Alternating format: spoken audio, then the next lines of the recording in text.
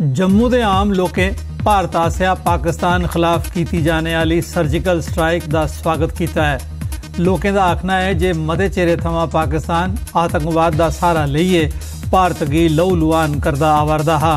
पुलवामा की घटना ने हद के मकाई ओड़ी। इस करी भारत सरकार ने पाकिस्तान टैरर कैंपें की डुआने की कार्रवाई की। लोकें का आखना है जे पाकिस्तान की सबक सिखाने की कार्रवाई जारी रहनी चाहिए है। बड़े नापाक हरकतां कर रहा है, इसलिए बुखलाए दे ਜਿਹੜੇ ਸਾਡੇ ਆਪਣਾ ਹਿੰਦੁਸਤਾਨੀਆਂ ਨੇ ਕੀਤਾ ਹੈ ਬੜਾ ਸ਼ੈਲ ਕੀਤਾ ਉਹਦੇ ਵਾਸਤੇ। ਜਿਹੜੇ ਇਹਨਾਂ ਨੇ ਆਪਣਾ ਪਿੱਠ ਪਿੱਛੇ ਵਾਰ ਕੀਤੀ ਸੀ ਉਹਨੇ ਮੂੰਹ ਤੋੜ ਜਵਾਬ ਦੇ ਜੁੜੇ ਨੇ ਤੇ ਇਸ ਵਾਸਤੇ ਮੋਦੀ ਸਾਹਿਬ ਜੋ ਵੀ ਕਰ ਰਹੇ ਅੱਛਾ ਕਰ ਰਹੇ ਕਿ ਉਹਨਾਂ ਨੂੰ ਮੂੰਹ ਤੋੜ ਜਵਾਬ ਮਿਲਣਾ ਚਾਹੀਦਾ क्योंकि साढ़े जेड़े भारतीय सेना जवान 45 मारे गए हैं उन्हें तो बदला लेता और लेना भी चाहिए, ये ज़रूरी है। आगे भी जेड़ा कोई भी हालात जेड़े ख़राब किए गए पाकिस्तान को मुँह तोड़ जवाब मिलना चाहिए कि जल्दी तो जल्दी कुछ ऐसा एक्शन लेता जाए ताकि इस देश के ऊपर सारा आतंकवादी देश है, सारा पड़ोसी देश है, ये बार बार साढ़े ऊपर गलत हरकतां करिए मतलब साढ़े लोगों मारे करता है। इसी एक सबक सिखाना बड़ा जरूरी है आज की डेट च। इसी जल्दी की कोई साड़ी गवर्नमेंट की चाहिए।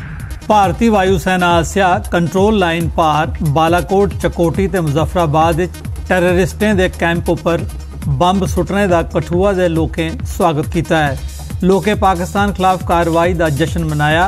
नौजवानें केंद्र की सरकार की यह कार्रवाई करने वास्ते मुबारक दी है। बड़ी खुशी वाली गल है जरा मोदी साहब ने किया, साड़ी गवर्नमेंट ने किया सर्जिकल स्ट्राइक 2। बड़ी खुशी वाली गल है। अज सारे भरा मेरे गोविंद सर दे जिन्ने भी भरा भैन माताएं सारे खुशी मना रहे हैं। पूरे कड़ूए च पूरे देश च खुशी मनाई जा रही है। ये पाकिस्तानियों का मुँह तोड़ जवाब है। ये पाकिस्तानी मुँह तोड़ जवाब है कि हूँ भी सुधरी आओ।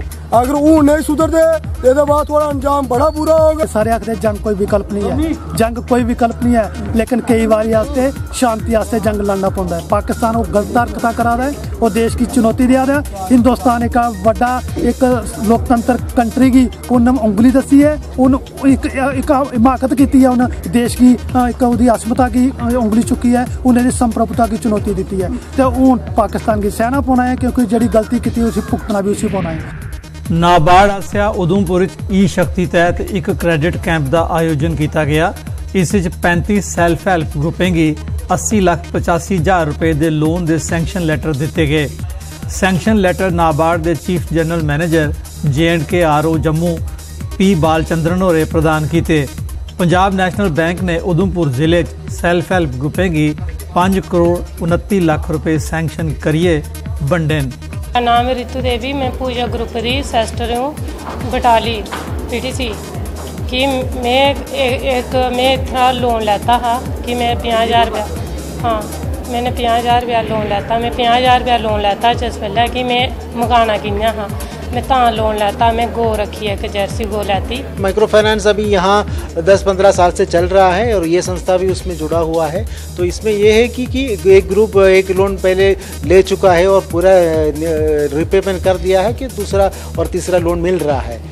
तो ये नाबार्ड का भी यही रहा है कि अभी वो चलता रहे क्योंकि बैंक को भी इसमें से सुविधा है कि अच्छे लोन मिलते हैं और ग्रुप को भी ये मालूम सुविधा है कि कम दाम में कम इंटरेस्ट में बैंक से आसानी से लोन मिल जाते हैं।